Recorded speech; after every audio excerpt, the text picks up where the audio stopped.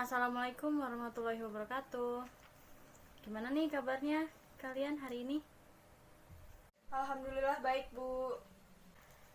Ya, sebelum belajar alangkah baiknya kita berdoa terlebih dahulu ya. Berdoa dimulai.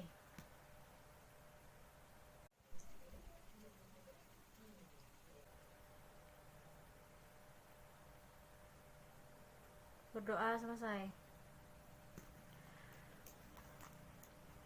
Absen dulu ya. Yang gak hadir hari ini siapa? Hadir semua, Bu. Oh, hadir semua. Oke. Mana sudah siap belajar hari ini? Siap, Bu. Semangat. Harus siap dong ya, semangat. Kalian ada yang melihara kucing enggak di rumah? Saya, Bu, punya kucing. Ada.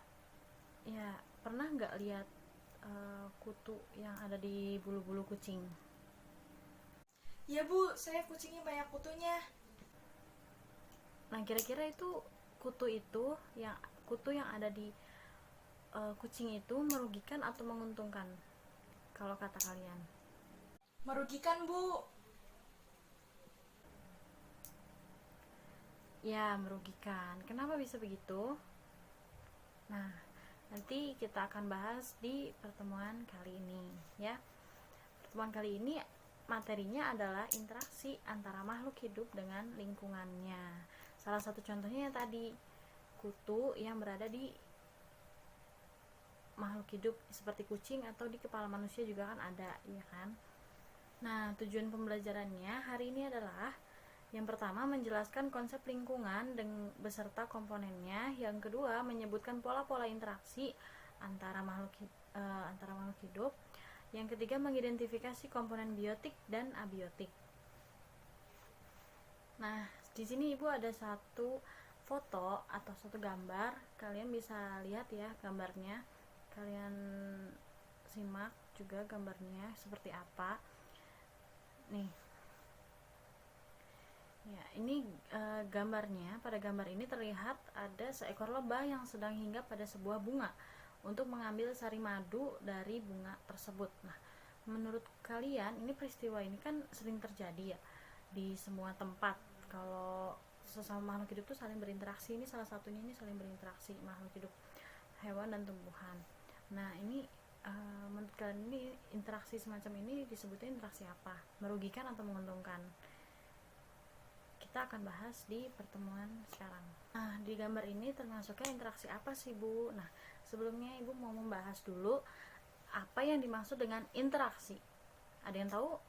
Nah, interaksi adalah suatu proses yang sifatnya itu timbal balik dan mempunyai pengaruh terhadap tingkah laku, baik melalui kontak langsung atau tidak langsung. Setiap organisme itu melakukan interaksi tertentu dengan organisme lain untuk memenuhi kebutuhannya akan makanan. Interaksi yang terjadi di alam membentuk pola-pola interaksi yang khas. Nah, pola-pola interaksi ini dapat berupa persaingan atau kompetisi, pemangsaan atau predasi, kerjasama atau simbiosis, dan antibiosis. Kita akan bahas satu persatu ya. Yang pertama itu adalah persaingan atau kompetisi. Persaingan ini itu terjadi di antara beberapa organisme yang membutuhkan bahan makanan yang sama. Pastikan kalau kita sama-sama membutuhkan bahan makanan yang sama, itu pasti akan terjadi kompetisi, persaingan ya untuk mendapatkan makanan tersebut. Nah, kebutuhan untuk memperoleh sumber makanan itu sebanyak-banyaknya menyebabkan terjadinya persaingan. Kompetisi itu merupakan satu pola interaksi yang menyebabkan kerugian bagi salah satu pihak yang kalah bersaing. Nah, contoh dari kompetisi adalah persaingan antar produsen atau berbagai jenis tumbuhan. Nah, untuk memperoleh air, sinar matahari, dan unsur hara. Nah, konsumen primer, konsumen yang mengonsumsi produsen secara langsung, juga mengalami persaingan, yaitu mendapatkan tumbuhan, mendapatkan wilayah, atau mendapatkan pasangan. Misalnya kompetisi 2 ekor rusa jantan yang memperebutkan seekor rusa betina sebagai pasangannya. Begitupun seterusnya sampai kompetisi antar pengurai atau dekomposer. Yang kedua ada predasi atau pemangsaan. Nah, selain melakukan persaingan, beberapa organisme mendapatkan makanan dengan memangsa organisme lain. Contohnya adalah singa yang memakan kijang zebra atau rusa, dan pola interaksi semacam ini itu disebutnya predasi. Nah, organisme yang memakan organisme lain disebut predator atau pemangsa, contohnya singa. Sedangkan organisme yang dimakan disebut prey atau mangsa, contohnya zebra. Kalian pernah lihat videonya? Seekor singa itu memangsa zebra. Nah, itu disebutnya predasi. Selanjutnya adalah yang ketiga itu ada simbiosis. Nah, simbiosis itu apa? Simbiosis ini beberapa makhluk hidup itu dapat hidup berdampingan tanpa melakukan kompetisi atau predasi. Nah, simbiosis ini kan kerjasama ya. Nah, pola interaksi seperti ini disebut simbiosis, dan organisme yang melakukannya disebut simbion. Simbiosis adalah interaksi antara dua makhluk hidup yang berbeda jenis dalam suatu lingkungan. Simbiosis antara dua jenis makhluk hidup dibedakan menjadi beberapa simbiosis. Yang pertama ada simbiosis netralisme, yang kedua ada simbiosis parasitisme, yang ketiga ada simbiosis mutualisme, yang keempat ada simbiosis komensalisme, yang kelima ada simbiosis amensalisme. Nah, apa aja sih pengertian dari simbiosis itu dan contohnya seperti apa? Nah, ini dia. Ibu akan menugaskan kalian untuk berdiskusi mencari tahu pengertian dari masing-masing simbiosis tadi dan beserta contohnya. Silakan jika sudah selesai berdiskusi bisa dipaparkan di depan kelas. Gimana? Sudah selesai diskusinya? Silakan bisa dipaparkan langsung di depan kelas. Assalamualaikum warahmatullahi wabarakatuh. Perkenalkan, nama saya Dinda. Saya akan menjelaskan tentang pola-pola interaksi antar makhluk hidup. Yang pertama ada netralisme. Netralisme itu hubungan yang tidak saling menguntungkan atau mempengaruhi. Meskipun sebagai organisme hidup pada habitat yang sama, netralisme terjadi apabila misianya berbeda. Nah, contohnya tuh kayak kambing dan burung hantu. Nah, itu tuh tinggalnya tuh habitatnya sama. Nah, si kambing tuh makan rumput siang hari, burung hantu makan tikus dan serangga malam hari. Meskipun keduanya hidup di habitat yang sama, keduanya tidak saling mempengaruhi secara langsung karena mereka mempunyai misi yang berbeda. Yang kedua ada parasitisme. Parasitisme itu hubungan antar organisme yang berbeda spesies.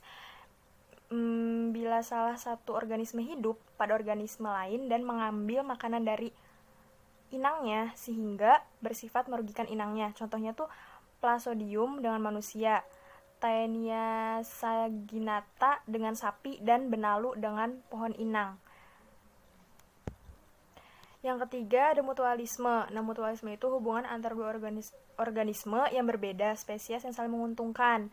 Contohnya itu bakteri Rhizobium yang hidup pada bintil akar kacang-kacangan. Yang keempat ada komensalisme. Nah, ini salah satu organisme yang diuntungkan, tetapi organisme lain tidak diuntungkan maupun dirugikan. Contohnya kayak simbiosis komensalisme, itu tanaman anggrek yang tumbuh dan menempel pada inangnya.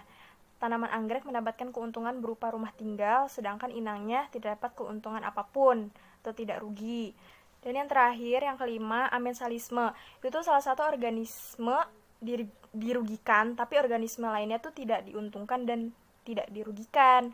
Contohnya itu kayak jamur Penicillium yang mensekresikan penilisin dengan bakteri. Penilisin mampu membunuh bakteri sehingga bakteri dirugikan, tapi jamur Penicillium tidak mendapatkan keuntungan maupun kerugian. Sekian dari saya. Wassalamualaikum warahmatullahi wabarakatuh. Beri tepuk tangan untuk yang sudah berani untuk memaparkan di depan. Ya, terima kasih ya yang sudah berani untuk memaparkan di depan. Itu dia simbiosis, pola-pola interaksi yang sudah dijelaskan ya oleh teman kalian. Selanjutnya Ibu akan membahas sedikit materi lagi tentang pola interaksi makan dan dimakan. Nah, ini apa sih, Bu? Oke. Interaksi yang terjadi pada suatu lingkungan pada dasarnya terjadi karena faktor kebutuhan energi setiap organisme yang hidup di dalam lingkungan itu. Nah, kebutuhan energi itu dapat dipenuhi jika masing-masing organisme mendapatkan zat-zat makanan. Namun, tidak semua organisme di alam ini dapat menyediakan atau membuat makanannya sendiri, ya kan? Nah, kecuali tumbuhan hijau. Jadi kan organisme yang lain tuh nggak bisa membuat makanan sendiri, harus mencari, kan? Karbohidrat dan oksigen hasil fotosintesis menjadi sumber energi yang akan dimanfaatkan organisme lain yang tidak mampu membuat makanannya sendiri. Makanan tersebut diperoleh melalui proses makan dan dimakan. Proses makan dan dimakan ini sebagai proses perpindahan zat makanan dan energi dapat dilihat dalam beberapa bentuk, di antaranya rantai makanan, jaring-jaring makanan, dan piramida ekologi. Pertama, rantai makanan. Kalian bisa lihat gambarnya di sini. Ya. Rantai makanan itu apa, Bu? Rantai makanan adalah peristiwa makan dan dimakan yang digambarkan secara skematis dalam bentuk garis lurus, searah, dan tidak bercabang. Nah, rantai makanan selalu berawal dari produsen dan diakhiri oleh pengurai. Bahan-bahan yang diuraikan itu akan kembali digunakan oleh produsen sehingga daur materi dan energi tidak pernah terputus. Nah, dalam rantai makanan tumbuhan itu berperan sebagai produsen dalam rantai makanan nih.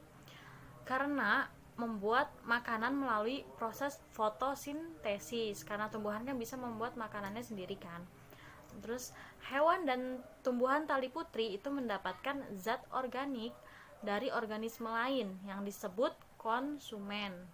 Nah, konsumen itu dapat berupa herbivora, karnivora, atau omnivora. Herbivora menempati konsumen tingkat pertama. Sebentar, sebelumnya kalian ada yang tahu karnivora, herbivora, omnivora itu apa? Karnivora adalah hewan pemakan daging. Kalau herbivora adalah hewan pemakan tumbuhan. Kalau omnivora adalah hewan pemakan segalanya, daging maupun tumbuhan, seperti itu ya. Nah, herbivora di sini menempati konsumen tingkat pertama karena dia memakan tumbuhan secara langsung. Karnivora menempati konsumen tingkat kedua. Kenapa? Karena dia memangsa herbivora. Konsumen tingkat ketiga akan memangsa konsumen tingkat kedua. Konsumen tingkat keempat juga diduduki oleh karnivora lain yang memangsa karnivora, yaitu konsumen tingkat ketiga. Rangkaian rantai makanan dari produsen ke konsumen yang memperlihatkan tingkat makanan untuk memperoleh energi disebut tingkat trofik. Tingkat trofik pertama diduduki oleh produsen, tingkat trofik kedua diduduki oleh herbivora, tingkat trofik ketiga diduduki oleh karnivora. Nah, adapun tingkat trofik keempat ditempati oleh karnivora lain atau pemangsa karnivora pertama. Yang kedua adalah jaring-jaring makanan. Proses makan dan dimakan yang terjadi di alam sangat kompleks. Nah, pada proses makan dan dimakan ini, tumbuhan sebagai produsen tidak hanya dimakan oleh satu jenis hewan saja. Misalkan jagung, selain dapat dimakan oleh ayam, juga oleh burung. Begitu juga dengan hewan, tidak hanya memakan satu jenis makanan dan hewan tidak hanya dimakan oleh satu jenis hewan lainnya. Misalkan tikus dapat dimakan oleh ular atau burung, elang atau rubah, ya kan? Nah, berdasarkan fakta di atas, rantai makanan dapat berhubungan satu sama lain dan membentuk hubungan kompleks dan disebut jaring-jaring makanan. Nah, ini contohnya ya. Yang ketiga adalah piramida ekologi. Untuk menjaga keseimbangan ekosistem, jumlah organisme di tingkat trofik bawah lebih banyak daripada jumlah organisme di tingkat trofik atasnya. Sebagai contoh, pada ekosistem padang rumput, jumlah rumput lebih banyak dari jumlah konsumen satu. Begitu pula jumlah konsumen satu lebih banyak daripada jumlah konsumen dua. Nah, perbandingan jumlah antara tingkat trofik ini membentuk suatu bangun piramida. Nah, bangun piramida itu disebut piramida ekologi atau piramida makanan. Nah, piramida itu berdasarkan fungsinya dibedakan menjadi 3 macam. Yang pertama adalah piramida jumlah. piramida jumlah ini didasarkan pada jumlah individu pada setiap tingkatan trofik.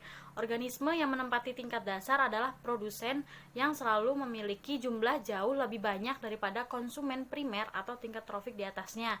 Demikian pula jumlah konsumen primer atau konsumen satu itu lebih banyak jumlah konsumen sekunder. Ya, terus konsumen sekunder atau konsumen 2 ini jumlahnya pun lebih banyak daripada konsumen tersier atau konsumen di tingkat 3. Nah, organisme yang berada di puncak piramida mempunyai jumlah paling sedikit dibandingkan organisme yang tingkatnya di bawah.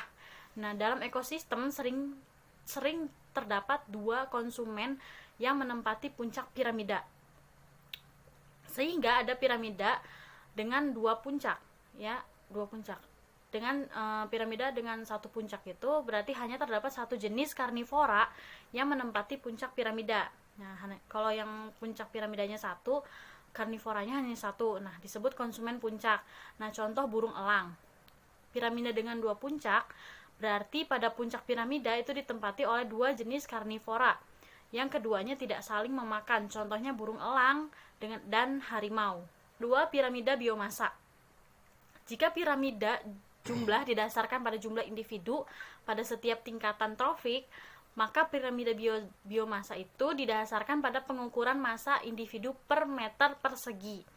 Nah, pada setiap tingkatan trofik. Nah, biomasa ini merupakan ukuran massa organisme hidup pada waktu tertentu. Biomasa per tingkat setiap trofiknya itu dihitung sebagai rata-rata massa organisme pada suatu daerah dengan luas tertentu. Misalnya biomasa tumbuhan diukur dari berat akar, batang, dan daun, ya. Pada piramida biomasa, massa rata-ratanya itu produsen itu lebih besar dari massa rata-rata konsumen di atasnya. Nah, piramida biomasa umumnya menyempit secara tajam dari produsen di bagian dasar ke karnivora tingkat teratas. Nah, pada beberapa ekosistem laut terjadi piramida biomasa terbalik. Ya, jadi piramidanya terbalik karena massa konsumen primer ukurannya lebih besar. Misalnya paus, ya, melebihi massa produsen yang ukurannya sangat kecil, misalnya fitoplankton. Yang ketiga adalah piramida ekologi. Piramida ekologi apa, Bu? Nah, piramida ini adalah piramida energi. Maksudnya, semua energi yang ada di bumi berasal dari matahari, kan? Nah, energi cahaya matahari itu diubah menjadi makanan oleh produsen melalui proses fotosintesis yang tumbuhan tadi. Nah, energi ini kemudian dimanfaatkan oleh konsumen primer dan berlanjut sampai konsumen tersier. Namun, tidak semua konsumen memanfaatkan semua energi dari makanan yang didapatnya sehingga ada pengurangan energi pada tiap tingkatan trofik piramida. Nah, piramida yang menggambarkan hilangnya energi pada saat perpindahan energi makanan di setiap tingkat trofik dalam suatu ekosistem itu disebut piramida energi. Tingkatan trofik pada piramida energi didasarkan pada energi yang dikeluarkan individu dan dinyatakan dalam kalori atau satuan luas meter persegi, ya, atau satuan waktu. Ya, jadi penjelasannya sampai sini dulu tadi mengenai pola-pola interaksi antara makhluk hidup. Kita review dulu ya. Tadi interaksi adalah ya suatu proses yang sifatnya timbal balik dan mempunyai pengaruh terhadap tingkah laku baik melalui kontak langsung maupun tidak langsung. Nah, pola-pola interaksi terbagi menjadi 3. Yang pertama persaingan atau kompetisi, yang kedua pemangsaan atau predasi, yang ketiga kerjasama atau simbiosis. Terus kalau simbiosis terbagi menjadi ya ada netralisme, parasitisme, mutualisme, dan amensalisme dan komensalisme. Ya, oke. Untuk pertemuan berikutnya kita akan membahas tentang komponen biotik dan abiotik. Sebelumnya Ibu akan menugaskan pemberian soal ya untuk kalian kerjakan di rumah, ini PR. Soal uraian, jadi kalian kerjakan dan minggu depan dikumpulkan. Soalnya yang pertama, menurutmu apa yang terjadi, ditulis ya, Apa yang terjadi jika salah satu dari rantai makanan mendadak punah atau hilang?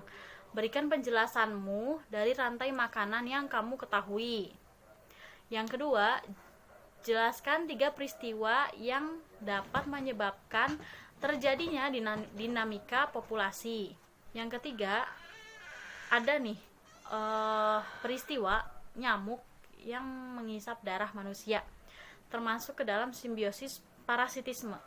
Apakah kalian sepakat dengan pernyataan tersebut? Berikan alasannya. Oke, jadi segitu aja. Soalnya hanya 3, itu soal uraian. Kalian kerjakan dan dikumpulkan minggu depan ya. Setelah pulang dari sini, jangan lupa untuk mengulas kembali materi yang telah kita pelajari. Dan tetap semangat dalam belajar, tetap semangat sekolahnya. Masa depan kalian masih panjang. Persiapkan dari sekarang tujuan kalian ya. Dan sekian pertemuan hari ini. Sebelumnya kita berdoa dulu ya. Berdoa dimulai.